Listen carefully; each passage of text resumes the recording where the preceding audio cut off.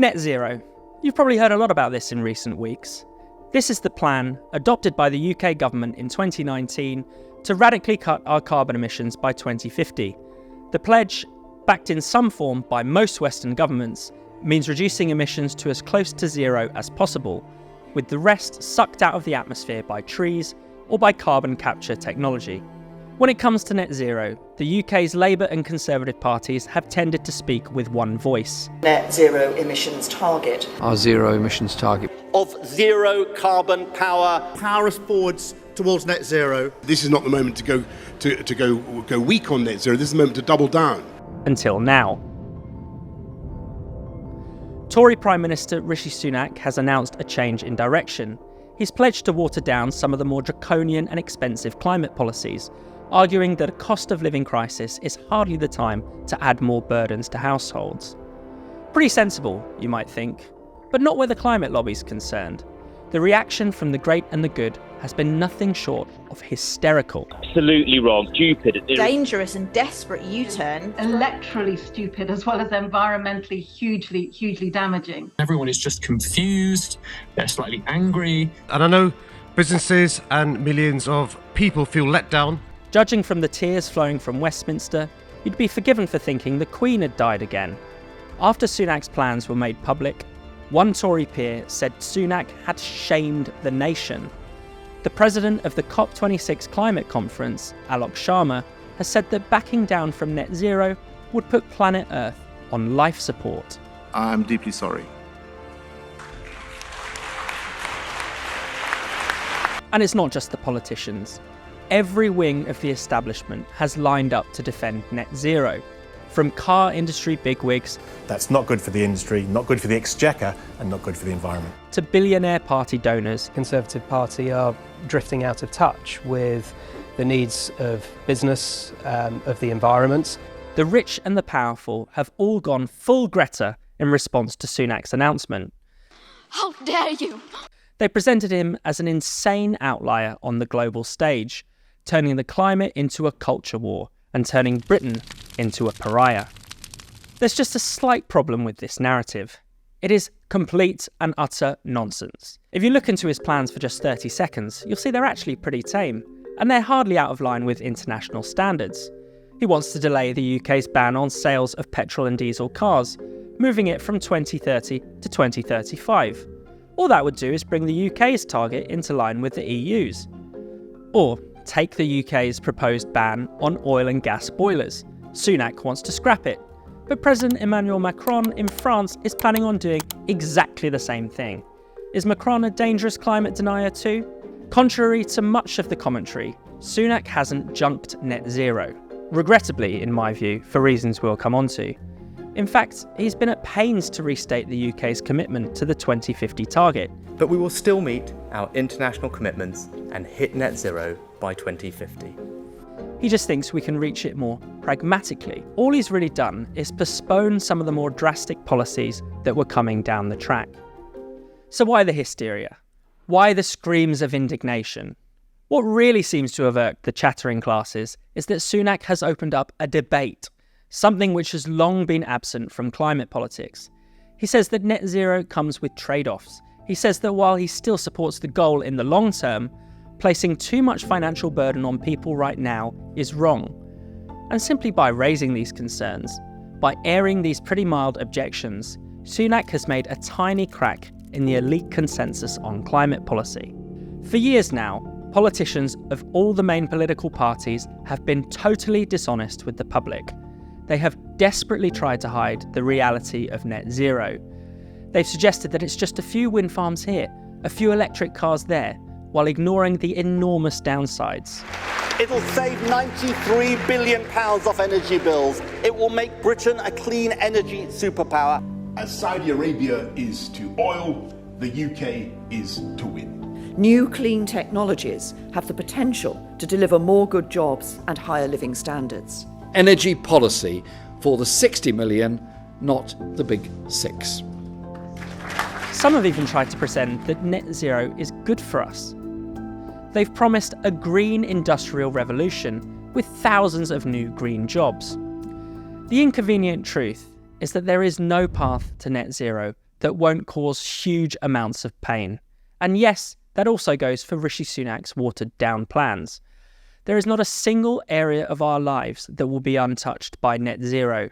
Hitting this target will mean overhauling energy, transport, agriculture, construction, housing, and so much more.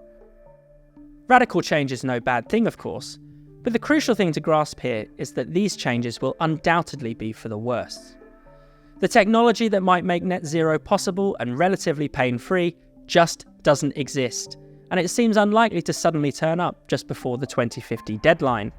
In every respect, the carbon-free tech that's pushed and lauded by our green elites is less efficient and less reliable than the tech it's meant to replace. Heat pumps, pushed as a green alternative to gas boilers, are hugely expensive to install. And when it's cold outside, they can take up to 24 hours to just about heat your home. Then there are wind farms, which are completely useless when the wind doesn't blow, and solar panels, which are completely useless when the sun doesn't shine. A grid that relies on renewables is far more prone to blackouts, which is why plans for energy rationing are already being trialled by the UK's national grid. The government knows that the tech is subpar at best. Its own advisors have made it abundantly clear that most emissions cuts won't come from innovation, but from changes to our behaviour. And by changes, they mean all of us consuming, travelling, and enjoying life less. The zealots in Whitehall want us to use less electricity, travel shorter distances, heat our homes sparingly, buy fewer clothes, and eat less meat and dairy. A House of Lords report estimates that a whopping 62% of CO2 reductions depend on us adopting an austere green future. And if you think these changes will be voluntary, then I've got a wind farm to sell you. So many things that you and I depend on and enjoy today could soon be taxed and banned out of existence. The aim of climate policy is to reduce how much we consume and to strip back our quality of life. And this means we'll be poorer, colder, and less free. And that's why politicians have been so dishonest for so long about net zero. They know that if they ever told us the truth, they'd be out on their ears at the next election. Net zero is just too mad and too costly to discuss out in the open. But wait, isn't net zero massively popular? This is a claim you'll often hear eco-warriors make. In the wake of Sunak's announcement, for instance, many insisted that the PM's mild green scepticism put him on the wrong side of the voters. But the notion that we're a nation of climate fanatics is simply false. If you poll Brits and you ask them, in theory, if they're in favour of net zero, you do indeed get big majorities in support, around 70% according to one recent YouGov poll. But people's attitudes change dramatically when you mention any of the potential costs. In that same YouGov poll, support for net zero plunged to just a quarter when people were told that it would involve some additional costs for ordinary people. A Portland Communications poll, commissioned before the COP26 climate summit, found that only 7% of people think people like them and their families should foot the bill for tackling climate change. And when it comes to behaviour change, most people are just not going to have it. A poll commissioned by Sky News found that a quarter of Brits are not prepared to change a single habit for climate change, let alone reorganise their entire lives around net zero. This scepticism is entirely rational. The deal we strike with our politicians is that they're supposed to make our lives easier, freer, more prosperous. No one votes for their lot in life to get worse. But that is precisely what's being foisted on us in the name of net zero. Plus, while posh Greens have the time and the material comfort necessary to obsess over climate change, most people enjoy no such luxuries. The Gilets jaunes, the French protest movement against green taxes, which erupted in 2018, had a slogan that summed this up perfectly. The government talks about the end of the world, we are talking about the end of the month. Climate change is simply not a priority for most people. Most of us know the world isn't about to end. We know that the apocalypticism of our elites is off the rails. We know from going about our daily lives that society still needs fossil fuels, and will do for some time to come. Governments across the West have done two things to get around this. First, they've been serially dishonest about net zero and what it will mean. Second, they've imposed this target from on high, with precious little democratic scrutiny and public debate. Indeed, the speed with which it became law is enough to give you whiplash. The term net zero first appeared in October 2018 in a report by the UN's Intergovernmental Panel on Climate Change. Within a few months, it was being championed by Britain's Climate Change Committee, an unelected quango.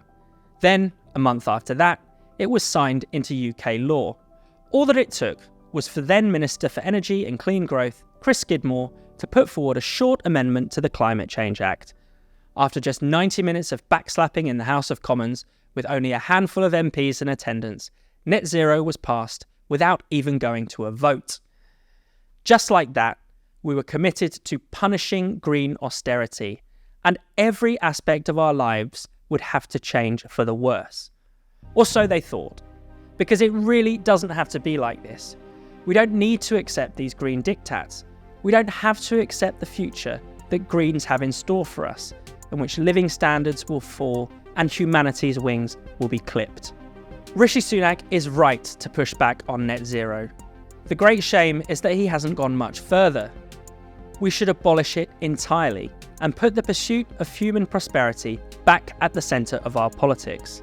Still, it's telling that this most minor of changes to the current timetable has sparked such hysteria from the elites.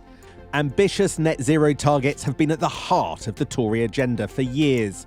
Now, as PM, announcing a retreat. I cannot see how we, in any conceivable universe, could be on track to meeting our legally binding obligations. Business globally needs stable governments to provide the frameworks for their investment. I certainly disagree with him.